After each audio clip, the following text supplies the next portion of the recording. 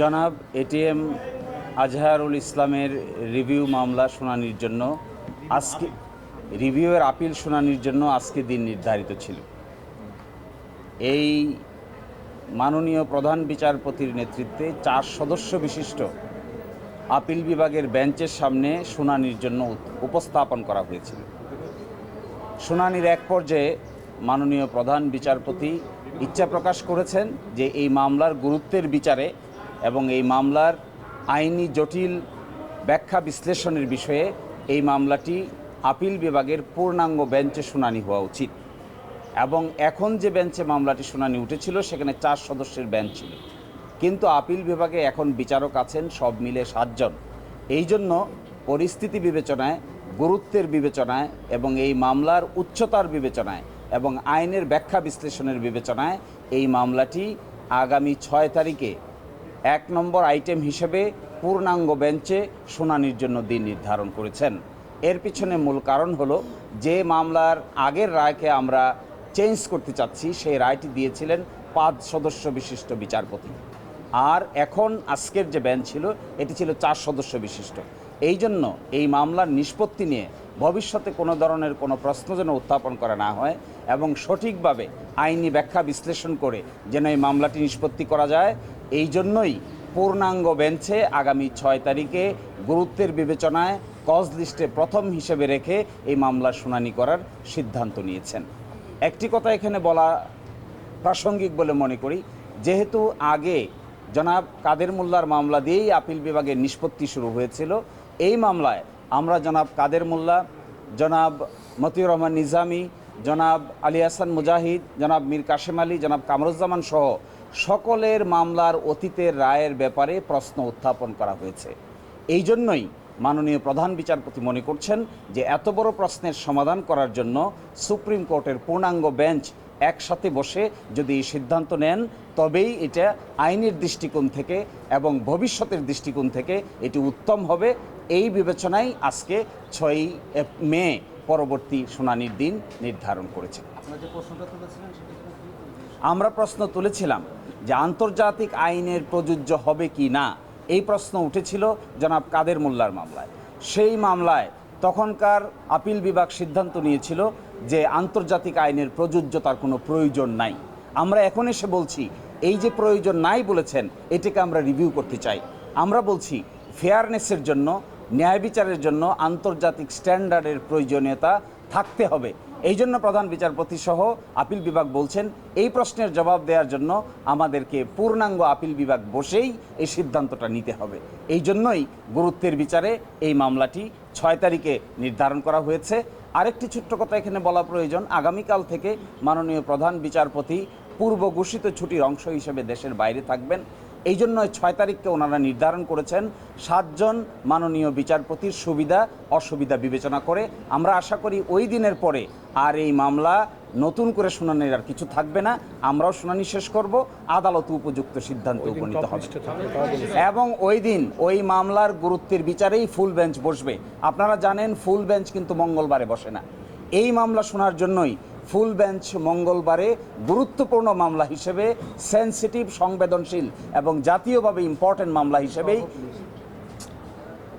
জাতীয়ভাবে গুরুত্বপূর্ণ সেন্সিটিভ সংবেদনশীল কেস হিসেবেই এই মামলাটি শুধু শুনানির জন্যই 6 তারিখে আপিল বিভাগের পূর্ণাঙ্গ বেঞ্চ বসবেন। আপনারা এটাও জানেন আপিল বিভাগে নতুন করে 2 জন মাননীয় বিচারপতি অ্যাপয়েন্টমেন্ট পেয়েছেন। আগে ছিলেন 5 জন, এখন হয়েছেন 7 জন। আমরা মনে করি এই মামলার গুরুত্বের বিচারে পূর্ণাঙ্গ বেঞ্চে শুনানিই হবে এই মামলার প্রতি ন্যায় বিচার। হ্যাঁ, আমরা আন্তর্জাতিক আইনের স্ট্যান্ডার্ড যদি মানা হতো, আমরা সবাই নির্দ্বিধায় মনে করি যাদেরকে ফাঁসি কাস্টে ঝুলানো হয়েছে এবং আজকে যার বিচার করার জন্য আমরা পুনরুত্থান করেছি, রিভিউ ফাইল করেছি, যাদেরকে ফাঁসি কাস্টে ঝুলানো হয়েছে আন্তর্জাতিক স্ট্যান্ডার্ড মানলে তাদের সকলকেই বেকসুর খালাস দিতে হতো।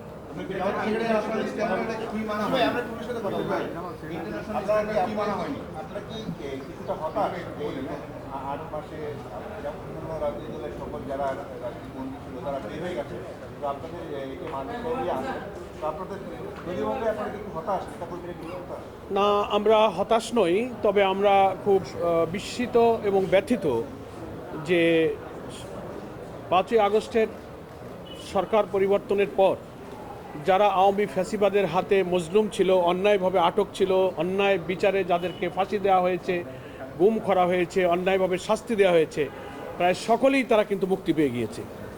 কিন্তু আমাদের মজলুম জননেতা এটিএম আজহারুল ইসলামের বিরুদ্ধে আনিত যে সমস্ত মিথ্যা অভিযোগ, তার কোনো একটি অভিযোগের সাথে তার তিলমাত্র সম্পর্ক নেই। এটা আদালতে আমাদের পক্ষ থেকে আইনজীবীরা যথার্থভাবে সেটা প্রমাণ করতে সক্ষম হয়েছেন।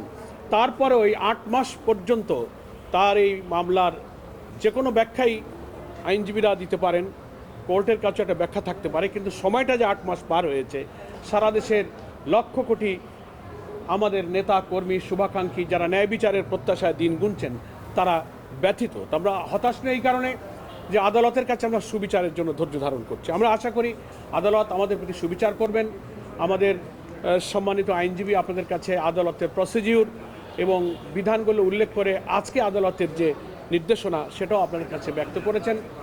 আমরা ধৈর্য ধরব, আদালতের নিয়মের প্রতি আমরা শ্রদ্ধাশীল, কিন্তু আমরা আশা করব যে পাবলিক যে পারসেপশন এবং তিনি যে মজলুম এবং সকলেই মুক্তি পেলেন, একটা লোক মুক্তি পেলেন না, এ জবাব, এ দায় শুধু আমাদের নয়, এদেশের জনগণের, সরকারের, প্রশাসনের।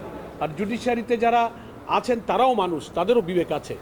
সেদিকেই আমরা একটি রাজনৈতিক দলের কর্মী হিসেবে সকলের দৃষ্টি আকর্ষণ করতে পারি।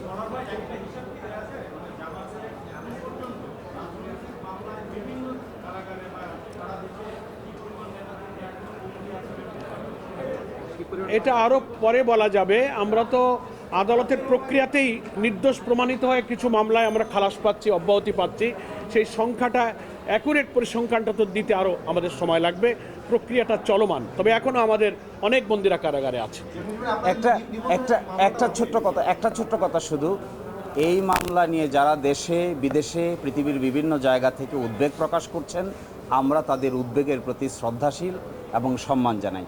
আমরা মনে করি যারা এই উদ্বেগ প্রকাশ করছেন তারা নিতান্তই নিজের আবেগ অনুভূতি প্রকাশ করে ভালো কিছুর প্রত্যাশা করছেন, এবং এই ভালো কিছুর প্রত্যাশার জন্য 6 তারিখে যদি ফুল বেঞ্চে মামলা শুনানি হয় এবং ভালো কোনো আউটকাম আমরা আনতে পারি, আশা করি সকলেই সাদরে এই ভালো আউটকামকে গ্রহণ করে নিজেরা নিজের মন থেকে খুশি অনুভব করবেন ইনশাআল্লাহ।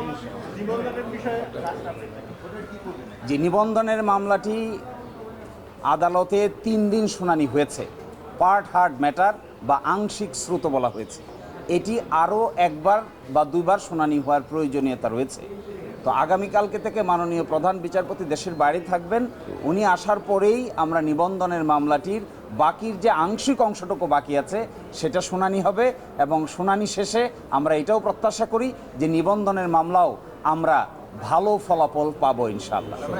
একই সাথে নিবন্ধনের সাথে জামায়াতে ইসলামীর প্রতীকের একটি প্রশ্ন বারবার আসে। আপনারা জানেন সুপ্রিম কোর্টের একটি ফুল কোর্টের রেজলিউশন অনুযায়ী একটি সিদ্ধান্ত তারা নিয়েছিলেন। সেই ব্যাপারে আমরা সুপ্রিম কোর্ট সহ নির্বাচন কমিশনকে এটি স্পষ্ট করব যে সুপ্রিম কোর্টে যে সিদ্ধান্তটি নিয়েছেন ফুল কোর্টে, এটি মূলত কোনো আদালতের সিদ্ধান্ত নয়, এটি হলো কিছু প্রশাসনিক কথা। এই আগামীতে যখন নিবন্ধনের মামলা নিষ্পত্তি হবে, একই সাথে জামায়াত ইসলামীর দাড়িপাল্লার প্রতীকেরও নিষ্পত্তি হবে ইনশাআল্লাহ। ইন্টারন্যাশনাল স্ট্যান্ডার্ড মানা হয় নাই, তার চেয়ে সবচাইতে ইম্পর্টেন্ট কথা হলো এই আইনে একটা বিধান ছিল যে যদি আয়োর কাছে, ইনভেস্টিগেটিং অফিসারের কাছে কোনো সাক্ষী কোনো জবানবন্দি দিয়ে থাকেন, পরবর্তীতে তিনি আদালতে নাও আসেন, তারপরেও তার জবানবন্দি আদালতে সাক্ষ্য হিসেবে নেওয়া যাবে। আমরা বলেছি পৃথিবীর কোনো বিচারিক সিস্টেমে, পৃথিবীর কোনো ফৌজদারি বিচার ব্যবস্থার ইতিহাসে এইভাবে আয়োর কাছে কিংবা পুলিশের কাছে জবানবন্দি দিয়েছেন কিন্তু পরবর্তীতে কোর্টে এসে সাক্ষ্য দেননি, তার জবানবন্দি গ্রহণ করা যায় না। যদি তা মানা যেত তাহলে জনাব এটিএম আজহার কেন, জনাব কাদের মোল্লা সহ বাকি অনেককেই তারা সাজা দিতে পারতেন না। এই প্রশ্ন এখানে সেটেল করা হবে। Thank you.